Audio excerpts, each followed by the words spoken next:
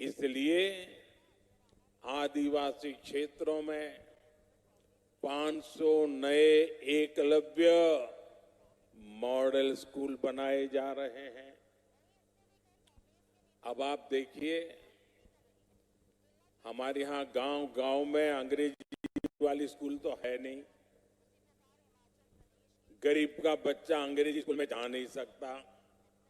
और ये कांग्रेस के लोगों ने ऐसे नियम बनाए थे कि गरीब का बच्चा अगर अपने गांव की भाषा में पढ़ा है, अपने आदिवासी की भाषा में पढ़ा है, अपने राज्य की भाषा में पढ़ा है, तो वो बच्चा कभी डॉक्टर नहीं बन सकता था, इंजीनियर नहीं बन सकता था।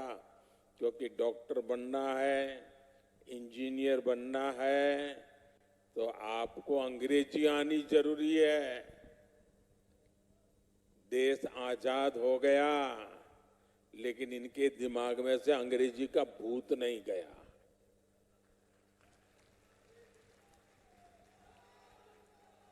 मुझे बताइए भाई, आप किसी डॉक्टर के पास जाते हो, आपके पेट में दर्द हो रहा है, सर पे दर्द हो रहा है, सीने में दर्द हो रहा है, पांव में दर्द हो रहा है, तो क्या डॉक्टर आपको अंग्रेजी में पूछता है क्या? आपकी भाषा में पूछता है कि नहीं पूछता है? आप अपनी भाषा में बताते हैं तो वो समझता है कि नहीं समझता है? तो फिर डॉक्टर बनने के लिए अंग्रेजी जरूरी है क्या? इंजीनियर बनने के लिए अंग्रेजी जरूरी है क्या? ये मोदी है जिसको आपकी तकलीफ का पता है, और इसलिए मैंने तय किया अब गरीब माँ का बच्चा भी डॉक्टर बनेगा, इंजीनियर बनेगा। जिस भाषा में वो पढ़ता है उसी भाषा में डॉक्टर बनेगा, उसी भाषा में इंजीनियर बनेगा। पिछले 9 वर्षों में भाजपा सरकार आदिवासी परिवारों को लाखों नए पट्टे दे चुकी है।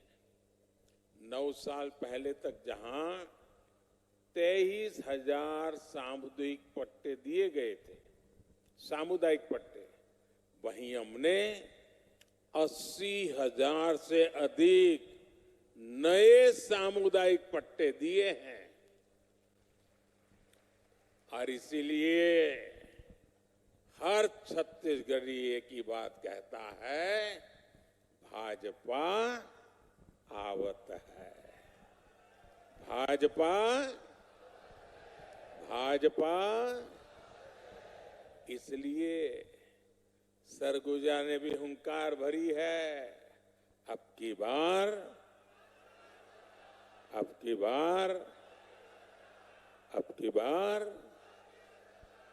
मेरे परिवारजनों, कांग्रेस की एक और बड़ी नाकामी भी रही है। जब जब कांग्रेस सरकार में आती है, तब तब देश में आतंकवादियों और नक्सलियों के हौसले बढ़ जाते हैं। जहां भी देखो, इधर कभी बम फूटने की खबर आती है, कभी उधर बम फूटने की खबर आती है, कभी यहां मार दिया काट दिया की खबर आती है, कभी यहां मार दिया काट दिया की खबर आती थी। जिस जिस राज्य में कांग्रेस सत्ता में होती है, वहां अपराध का, लूटपाट का राज ही चलता है। कांग्रेस सरकार नक्सल हिंसा को काबू करने में असफल रही है। बीते कुछ समय में भाजपा के अनेक कार्यकर्ताओं को हमसे छीना गया है। अभी भी कुछ दिन पहले हमारे एक साथी को गोली मार करके उसकी जीवन तबाह कर दिया। इसलिए भाइयों बहनों, क्या ये बम बंदूक के साए में जीना है क्या? ये बम बंदूक के साए में जीना है क्या? कितना ही पैसा क्यों न हो, बेटा शाम को घर न लौटे और बेटे की लाश घर पे आए, उन पैसों का क्या करेंगे हम लोग? और इसलिए भाइयों बहनों, हर किसी की सुरक्षा बहुत जरूरी है और इसलिए कांग्रेस को हटाना उतना ही जरूरी है। हटाओगे? बिल्कुल साफ कर दोगे? हर कोने में से हटाओगे? हर पोलिंग बूथ में से हटाओगे? पक्का हटाओगे? जरा पीछे वाले हाथ ऊपर करके बताइए, हटाओगे? हर पोलिंग बूथ में से हटाओगे? यहां सरगुजा संभाग में कानून व्यवस्था की क्या स्थिति है ये आप अच्छी तरह जानते हैं। कांग्रेस सरकार में सरगुजा क्षेत्र में मानव तस्करी और नशे का कारोबार बेतहाशा बढ़ गया है। यहां बहनों बेटियों को अपराधी निशाना बना रहे हैं।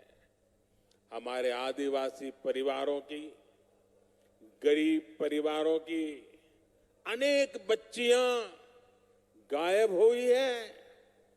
बेटियां कहां गई, इसका कांग्रेस के नेताओं के पास कोई जवाब नहीं है।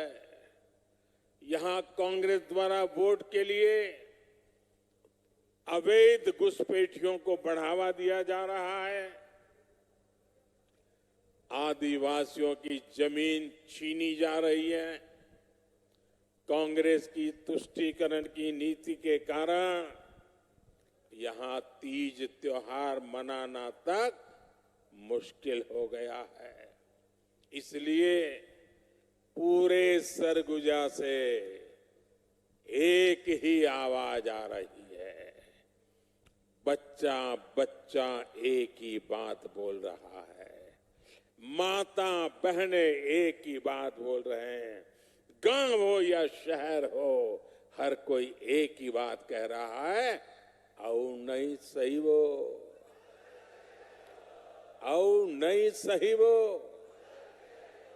औ नहीं सही वो, औ नहीं सही वो, बदल के रही वो। मेरे परिवारजनों, कांग्रेस ने दशकों तक दिल्ली में सरकार चलाई है।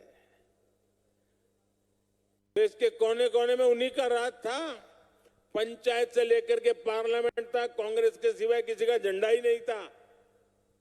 लेकिन कांग्रेस ने हमेशा गरीबों को सिर्फ झूठे नारे दिए। अगर आज मेरे 10 साल के सेवा काल में इतना काम हो सकता है तो उनको तो 5-5, 6-6 दशक मिले थे, वो कर सकते थे कि नहीं कर सकते थे? लेकिन उनको अपने जेब भरना, घर भरने के सिवा कोई काम ही नहीं था। 5 दशक से कांग्रेस बोल रही है कि गरीबी हटाएंगे। 50 साल से क्या बोल रहे हैं? गरीबी हटाएंगे। तो फिर कब तक ये गाना गाते रहोगे? कहीं से तो हटाओ। गरीबी हटाएंगे कहते कहते कांग्रेस के नेता खुद हर साल और अमीर होते जा रहे हैं। पहले साइकिल पे चलते थे, अब बड़ी बड़ी गाड़ियां लेकर के घूम रहे हैं।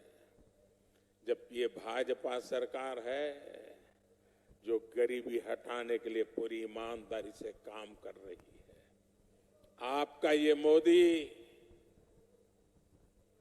गरीबी से ही निकल करके आया है। एक गरीब के बेटे को आपने यहां तक पहुंचाया है।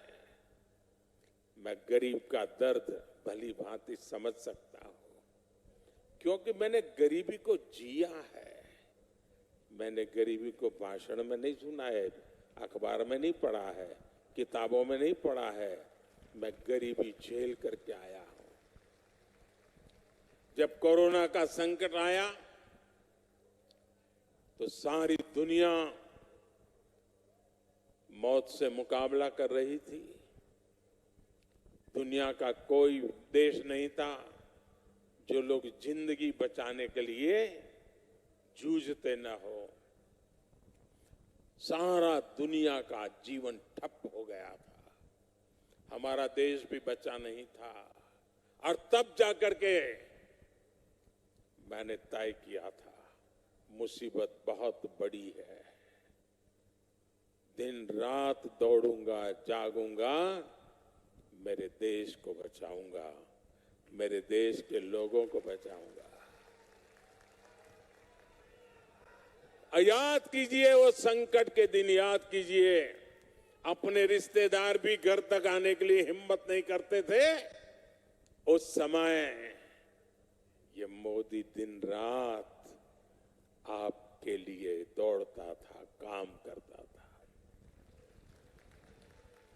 मैं सोचता था बाहर कारोबार नहीं है, लोग घर के बाहर जा नहीं पा रहे हैं, मेरे आदिवासी बच्चों का क्या होगा, मेरे गरीब बच्चों का क्या होगा? क्या मेरे देश में मेरा गरीब का बच्चा भूखा सो जाएगा? मेरे आदिवासी का बेटा बेटी भूखे सो जाएंगे? मैंने उसी दिन तय कर लिया था, सरकार के भंडार खोल दूंगा, लेकिन गरीब का चूल्हा बुझने नहीं दूंगा। अनाज के भंडार खोल दिए थे, इतना लंबा समय हो गया, आज भी गरीब को मुफ्त राशन मिल रहा है। 80 करोड़ गरीबों को मुफ्त राशन मिल रहा है ताकि उनका चूल्हा जलता रहे।